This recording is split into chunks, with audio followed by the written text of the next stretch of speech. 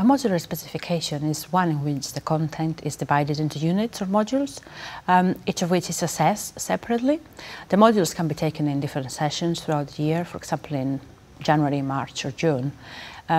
Each of the modules can be retaken once, usually the highest mark is retained, and you have to sit 40% of the assessment in the last session, which is when the justification is available.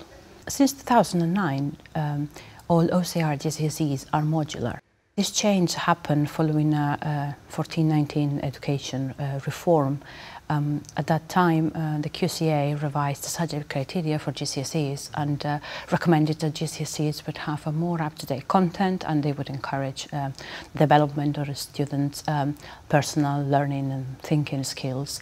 And it was at that point when the UK boards took the opportunity to increase the number of unitized specifications at GCSE. There have been lots of claims about the advantages or disadvantages of modular courses in the literature and in the media.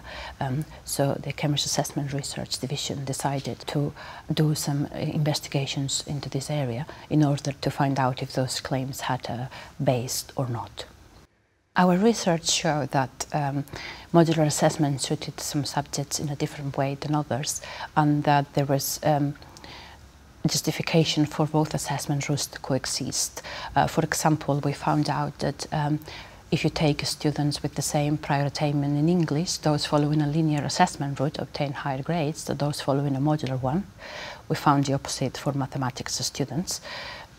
We also found that gender makes a difference in performance depending on the subject, on whether the subject is taken linearly or modularly, and whether it's taken earlier or later. The main conclusion of our research is that one size does not fit all, and that both modular and linear assessment routes should coexist, and schools and students should have the flexibility to choose the approach that suits them better.